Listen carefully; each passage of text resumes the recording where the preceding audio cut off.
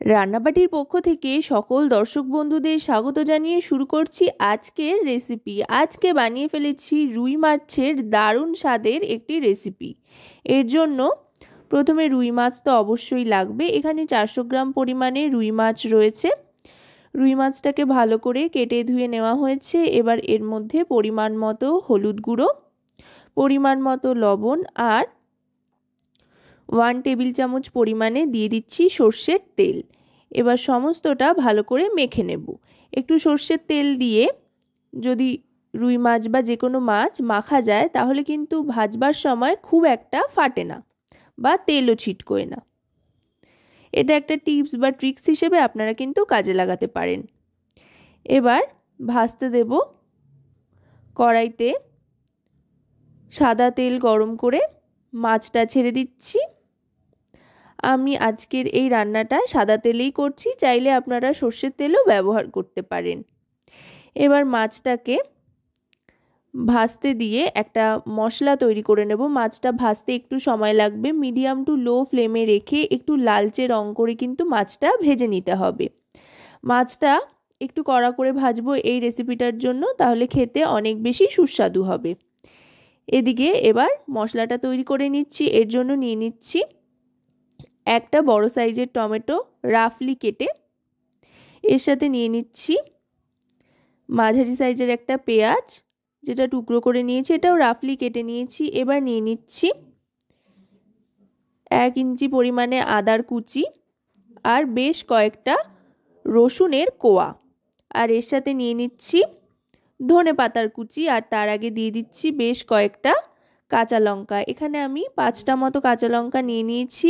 এই রেসিপিটা কিন্তু বেশ ঝাল ঝাল হয় খেতে। আপনারা চাইলে লঙ্কার পরিমাণটা কম বেশিও করতে পারেন।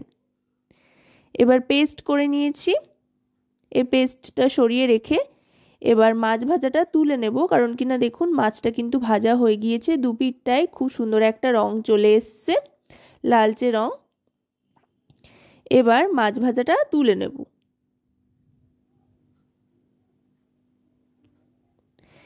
এবার দিয়ে দেব পেস্টটা। মাছ ভাজার তেলেই যেই পেস্টটা তৈরি করেছিলাম ধনেপাতা টমেটো দিয়ে, সেটা দিয়ে দিলাম। খুব কম সময় চটজলদি আর ঘরে থাকা উপকরণ দিয়েই কিন্তু মাছের এই রেসিপিটি তৈরি হয়ে যায়, আর খেতেও হয় অসাধারণ। এবার এর মধ্যে দিয়ে দিচ্ছি হলুদ গুঁড়ো 1/2 টিস্পুন পরিমাণে। এবার দিয়ে দিচ্ছি জিরে গুঁড়ো, এটাও 1 টিস্পুন পরিমাণে দিয়ে দিলাম। যেহেতু ধনে পাতার ব্যবহার হয়েছে তাই আর ধনে গুঁড়ো এখানে ব্যবহার করছি না। এবার দিয়ে দিলাম কাশ্মীরি রেড চিলি পাউডার, এটা 1 টিস্পুন পরিমাণে দিলাম, আর দিয়ে দিলাম পরিমাণ মতো লবণ। এবার যেটা দেব সেটা হচ্ছে কাসুরি মেথি। এটা দিলে কিন্তু একটা আলাদাই ফ্লেভার আসবে, বেশ একটা অনুষ্ঠান বাড়ির ফ্লেভার আসবে এই রেসিপিটার থেকে। এবার ভালো করে মশলাটা কষিয়ে নেব তেল ছাড়া পর্যন্ত।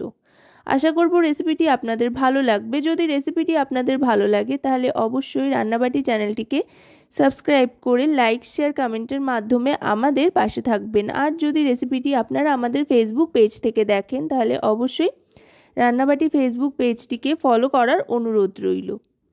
দেখুন মশলাটা কিন্তু কষে এসছে, মশলা থেকে তেল ছাড়তে আরম্ভ করেছে। এই সময় জল দিয়ে দেব। এখানে আমি নর্মাল টেম্পারেচারের জলই দিলাম।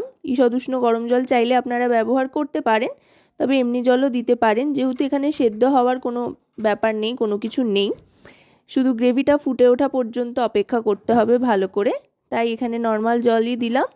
এবার গ্রেভিটা ভালো করে ফুটে উঠতে আরম্ভ করলে ভেজে রাখা মাছের পিসগুলো এক এক করে দিয়ে দিতে হবে।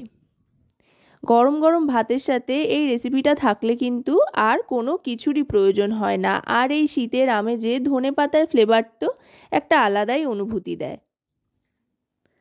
এবার ভালো করে মাছটা একটু উল্টে পাল্টে নিচ্ছি। মাছের মধ্যে গ্রেভিটা একটু ঢোকা পর্যন্ত ভালো করে ফুটিয়ে নেব। 30 থেকে 40 সেকেন্ড মতো ভালো করে ফুটিয়ে নিয়ে গ্যাসের ফ্লেমটা অফ করে 1 মিনিট মতো স্ট্যান্ডিং টাইমে রেখে এবার আমি এটা সার্ভ করে দিচ্ছি। এটা কিন্তু খুব চটপট তৈরি হয়ে যায় আর খুব বেশি খাটাখাটনিরও প্রয়োজন হয় না, আর খুব সামান্য উপকরণেই তৈরি হয়ে যায়। তো আজকের এই রুই মাছের রেসিপিটি আপনাদের কেমন লাগলো সেটা কিন্তু অবশ্যই আমাকে কমেন্টের মাধ্যমে জানাবেন। সকলে খুব ভালো থাকবেন ও সুস্থ থাকবেন এবং রান্নাবাটির সাথে থাকবেন। এতক্ষণ পর্যন্ত আমাদের সাথে থাকার জন্য আপনাদের সকলকে অনেক অনেক ধন্যবাদ। আবার খুব শিগগিরই চলে আসব নতুন কোনো ভিডিওর সাথে। আজকের মতো তবে এ পর্যন্তই।